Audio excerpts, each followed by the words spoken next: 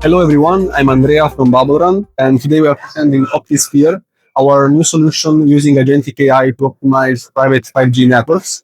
And in particular, we will show how we can use this product to optimize private 5G on a ship. This is a joint collaboration with Telenor and NVIDIA.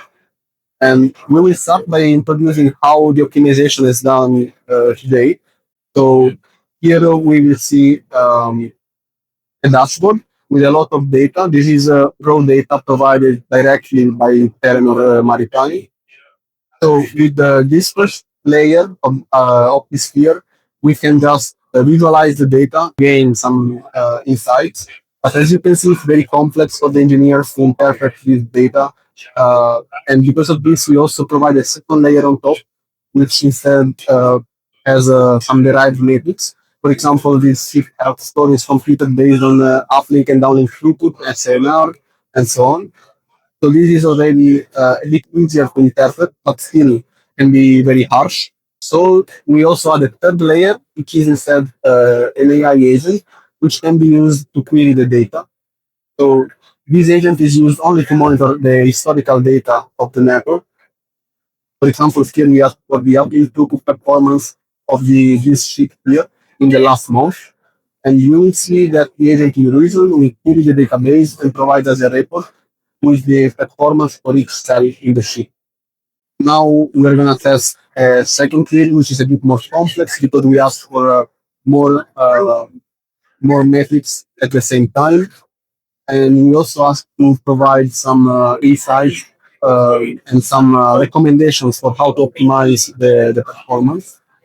So again, we see that the agent is gonna generate some queries for the database, provide again a record which looks similar to the previous one. But here we also get some trends and observations and some recommendations. For example, here the agent is recommending to review and fine-tune the P0 nominal parameter to optimize the output throughput.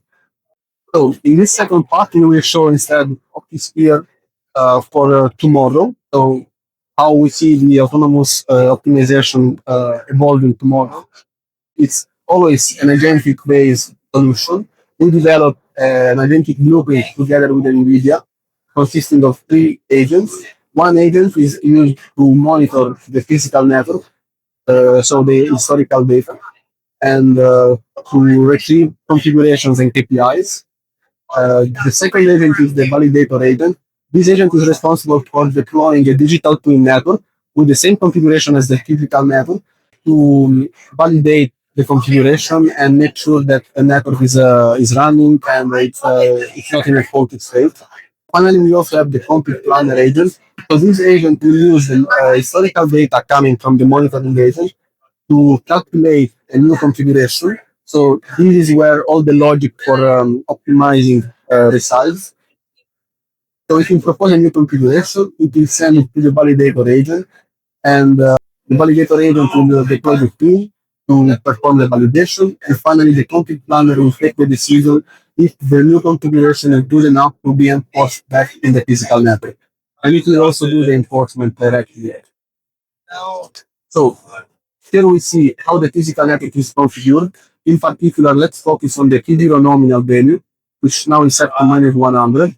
We have one area attached, and we see that it's generating traffic with only 1.6 megabit per second. So it's a very bad performance right now. We will go to the chatbot UI again. We show the key agents deployed, and we see that we can again ask to monitor the historical data. So we ask for what is the current P0 nominal and uplink throughput of the chip, and we get the response here. But now we can also ask more complex queries. For example, to optimize the P0 nominal to improve uplink throughput. So several steps will be performed. First, as I was explaining, any configurator will propose. So the agent proposes -76, and then it proceeds to call the validation agent to create the digital twin. So in the meanwhile, we can see that the digital twin is being created. All the configuration stays the same as in the physical network, except for the P0 nominal, which now is set to -76. And we will see very soon that some UEs will connect and we start generating traffic. Okay, so we get 5 UEs, the traffic is generated, and we get an uplink performance of 47 megabits per second. So a big improvement with respect to the original configuration.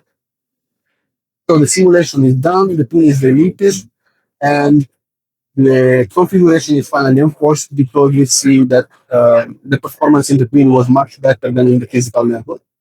We proved that all of this was actually useful because now if we go back to the physical network, we see that the configuration was enforced, and we see that the uplink performance improved a lot also in the physical network. So we reached an uplink throughput of 33, almost 33 megabits per second.